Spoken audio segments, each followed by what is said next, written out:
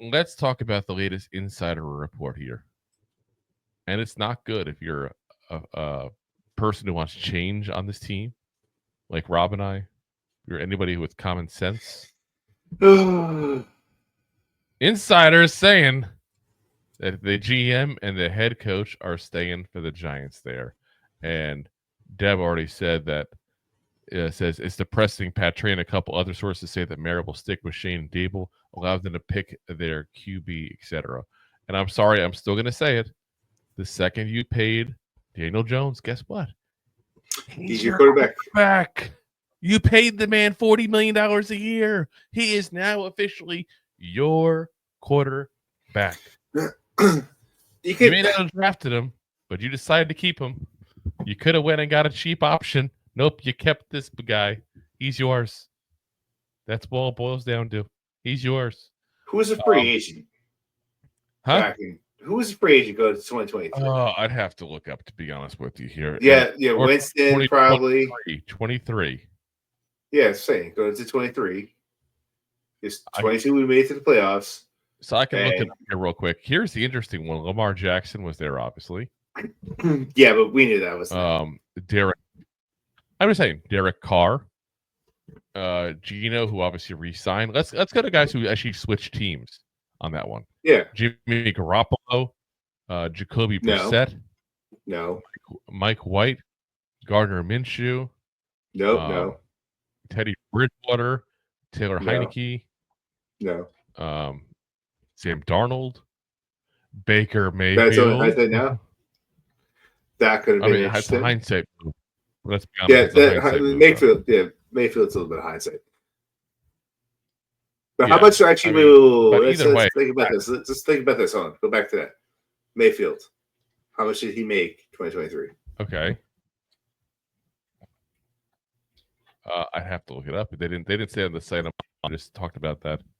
That's what I'm saying. I'm pretty sure Mayfield's not getting paid $40 million. I don't think he's still not getting paid $40 million, and he's having a very, very good year this year, that's for sure. So, it's a site, Walter Football, that gave that, by the way. But yeah, like I said, that's just it's craziness, guys. But he's their guy. Once you made that move, that's your move, your guy. It's like saying, that you didn't decide to paint a house a certain color, but then you didn't repaint it ever. You don't get to not take the blame for that. As we're losing Rob here. Rob's apparently got a little bad internet signal there. That's what happens in that scenario. You take the blame because you're the one who made that call. Oops. As soon as I switched over is when we got Rob back there. Okay, so that's been all those drones messing my Wi-Fi.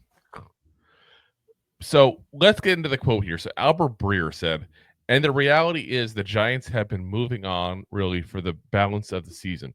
2 weeks ago, pictures surfaced of Giants GM Joe Shane, assistant GM Brandon Brown, and director of player personnel Tim McDonald visiting Colorado practice. The three were in Boulder to get an up-close look at Buffalo's quarterback Shedeur Sanders on their way to the team's Thanksgiving game in Dallas. In a vacuum, it was an opportunity to see Sanders. In reality, it was part of a bigger effort. The Giants got their high-end evaluators multiple live exposures to 7 different college quarterbacks: Sanders, Miami's Cam Ward, Georgia's Carson Beck, Texas's Quinn Ewers, Ole Miss's Jackson Dart, Alabama's Jalen Milroe, and LSU's Garrett Nussmeier. Headed into the week, they went out to see Sanders in a practice setting. Over Thanksgiving weekend, they sent guys out again to get one last look during the final weekend of college games. So what does it show? To me, it shows 2 things. First, the Giants were no illusion that they should bank on Jones breaking through another level the way he did in 2022 again by picking up the $30.5 million on his contract for next season. Second, it makes it apparent that the plan has been, as Mara has said, to stay the course with the current regime and to give Shane and Brian Daboll the chance to draft a quarterback. Will they still? It's a fair question. There are the aforementioned 8 consecutive losses, and the lack of a win at MetLife Stadium, a stadium over which some colorful commentary on the team's season flew Sunday. But there's also the fact the Giants have, as I mentioned a few times, pulled the plug quickly 3 times in the past decade, and that premise that Mara almost certainly doesn't want to do it again. Screw you, John Mara. I'm sorry. I'm just going to say it like that. I don't give it if you feel like you pulled the plug too early 3 times. This is not too early. This is a goddamn train wreck. Goddamn train wreck.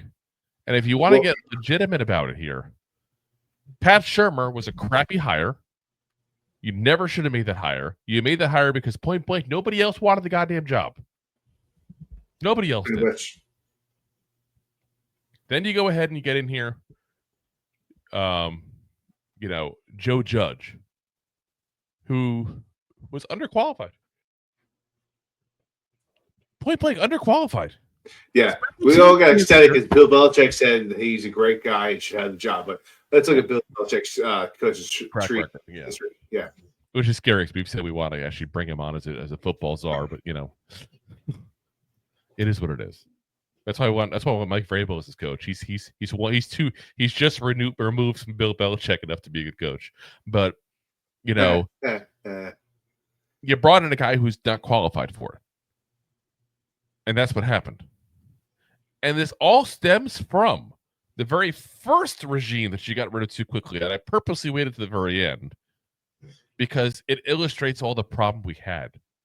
Is you got rid of Tom Coughlin so you can keep Ben McAdoo. Where was the loyalty then? Because that's my problem I have with this whole scenario. You have some schlubs that point blank shouldn't have been the goddamn coach of the Giants. And you have loyalty to those people, but you didn't have it with the man who brought you 2 goddamn Super Bowl rings. That's an issue. That's Giants. That's a goddamn issue. You literally forced the man to retire to try to save some face instead of firing him because you didn't have the balls to do it then. Same as you had the balls to fire Gettleman and you let him walk away at the end of the season a couple years ago as well. I'm just going to say it like that. John Mara is a nice guy. I actually believe that. I genuinely believe that.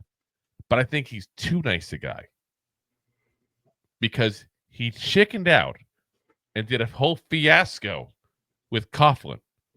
By the way, he just did the same fiasco with Daniel Jones that is cutting his ass too. And then you have guys you hired that you feel bad about firing too early now that weren't even qualified for the job. Do you honestly think if anybody else, if we hadn't signed Pat Shurmur to be the head coach, that anybody else was going to sign him?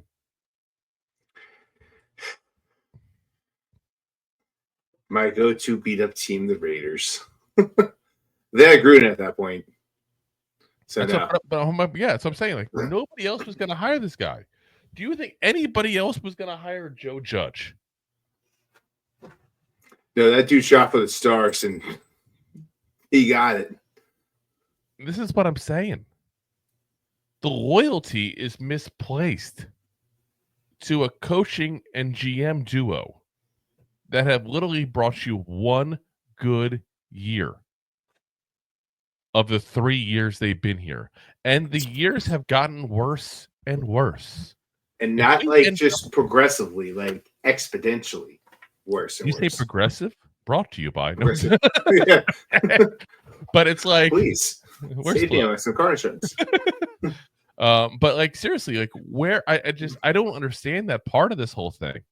Like, and you can't sit there and say I've been too quick to get rid of people because as I see Deb in the comments section too, read that Mara pulled the plug in previous coaches because they clearly lost the locker room, which is not the case now as the team is still playing for Daboll. 100%. He pulled the plugs. He had to. Those coaches all lost the locker room, especially McAdoo. Oh my God, that was a train wreck when he left. Oh my God, wow. Remember that? Like Spags had to come be the interim head coach for a while because it was just that bad. It was a cluster, point blank. I'm sorry, but I get it that the team has still been playing for Daboll, but it's not playing well. Like, we got to set the bar a little higher than the team's still trying. Yeah. Yay, they showed up. That's the college try. This is the professionals, God damn it. Let's get you showed up today ribbon. Yeah, at the end of the year, we'll do a participation trophy for the Giants. Put the banner up. 2024. We tried. We tried award. Yay. We tried. We're number 1 in the draft. Yeah. It's goddamn pathetic, guys. It's goddamn pathetic. Like it's and again, I think my biggest issue is the fact that when he felt he had to make moves, and I don't begrudge him for feeling he had to make moves. Daniel Jones was clearly the right move to get rid of him. It was done. We called it for weeks before they actually did it. Coughlin, I disagree with it, but I don't hate it. But I hate the way those two moves went down because Mara chickened out both times instead of just doing it and saying, listen, we're done. We're pulling the plug. It's business. It's not personal. And at a certain point, you got to get a pair of huevos to do what you got to do. Yeah. And he definitely takes his business personally. Yes. So. And if you're worried about the quarterback part, again, I'll reiterate, the second they paid Daniel Jones $40 million a year, he became their goddamn quarterback. See, I'm going to dispute that just a smidge. Because I do agree with what you're saying, but I don't fully agree with it because you got to pick a side. Okay, come on. No. Let me finish before you interrupt. Let me finish. Is that a piece in your helmet, soldier? I'm just sort of letting you. I made to let you make your points. Come on, man. Like I got to go full metal jacket on you at that point. I can't help myself. Who else were they going to get that year that actually switched teams? In hindsight, you had Baker Mayfield and Sam Darnold, who was not anything at that time. He now this year is looking like the first round pick that he should have been, 10 years ago at this point. So you can't sit there and say there was someone on the market that was going to be worthwhile to pay when we agreed at the time too. Like, hey, you could pay this guy for a couple of years and get rid of him. Yep. And he's the best guy. He was the best guy that was in free agents. Yeah. I mean, at the time. I get it. My issue, though, is just that, again, they made that call. They signed off on it. If you didn't think that, then you should have moved on. And it's different for me or you to sit there and say, okay, this makes sense because of X, Y, and Z. We're not there. We're not there to see the practices. We're not there to see what's going on in the locker room. We're not there to sit there and, know the offensive plays to really evaluate how he's doing. Schoen and Daboll are. They don't get that pass. Yeah, touche. So that's the difference. And listen to me, I would love the Giants ever want to give us access to sit down with these guys and learn the plays of what they have going on. Sign me up. We're there. But we don't have that option. Yeah. And we talk about like the whole personal thing, like, with DJ and that. Let's not forget, we opted out his 5th year. Like, we could have just said at that point, like, hey, we're just give this guy, let's see what we could do with him in 2 years. Yep. And then go from there. Because then at the same time, you could still draft another quarterback at a cheaper rate or pick someone up and not be paying him. What was the first year? $19 million? Yeah, it wasn't that much. We paid him year 1. Yeah. So, but year 5 of rookie contracts is still way cheaper than.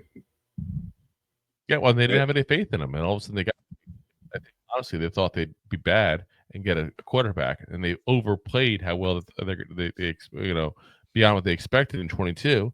And that killed that opportunity. But again, you don't go out and just get a quarterback because you want a quarterback. You have to get the right one because you sit yourself back for multiple years when you do the wrong one, as we're now witnessing. Oh, yeah. And like I said, my issue with them is way beyond that. My issue with them is the arrogance of Joe Schoen and how he treated Saquon Barkley in Hard Knocks, talking publicly, talking trash about the man. My issue is the way he, went about everything with this Daniel Jones situation. Again, Daniel Jones was not the answer. I'm not saying we keep Daniel Jones, but he treated him like crap. Brian Daboll, took over the offensive play calling. The offense has gone downhill since then. He's supposed to be an Yep. offensive genius. He's a mastermind of the offense, guys. Can't you tell? Yeah, by the way. I'm fed up with those guys, and I'm sorry, but Joe Shane and Brian Daboll, both. At this point, I feel like we're playing off of other people's successes in Buffalo, because Buffalo ain't missing them, guys. No, Josh Allen went out with balls out. He did his best, and we'll talk about it later too. But he literally put Buffalo on his shoulders. It wasn't enough, but that 6 touchdowns, my God, that guy balled. But do you think Brandon Beane is missing Joe Shane right now? Does it seem like he's having trouble developing a roster? No. That's what I'm saying. It's both of them. And by all accounts, Brian Daboll is about to be thrown out of Buffalo anyways it was. I wonder why. It's almost like he has trouble getting along with people. I haven't seen that at all in New York. I'm just saying, and we all bought it at the time. We were all fed that bill of goods that that this was the best duo available that offseason. We should be excited about it. And you and I talked about it the first year we did the podcast, because that was the first year. And yeah, I was on another show before we even started our podcast, and it's kind of my trial run to see what I thought about doing this podcast. And we had a whole segment on that show. It was the Giants Zone, by the way, which is unfortunately no longer around. But, we talked about it, that I said, is, he actually a good coordinator? Because he failed in Miami, he failed in Cleveland, he failed in Kansas City, but all of a sudden he's a guru because one quarterback made it. Out of the 17 teams he was on before becoming a Giant. It just, like I said, it just seems like we wanted that narrative to stick, and the Giants clearly wanted to stick, and it's time to admit the mistake and move on, guys. I'm fed up and I'm done. So. If you like that clip, then you will love the full episodes too. Find us on your favorite podcast app and look for us on all your favorite social media platforms. Thanks so much. Please, I'm begging you. Please subscribe.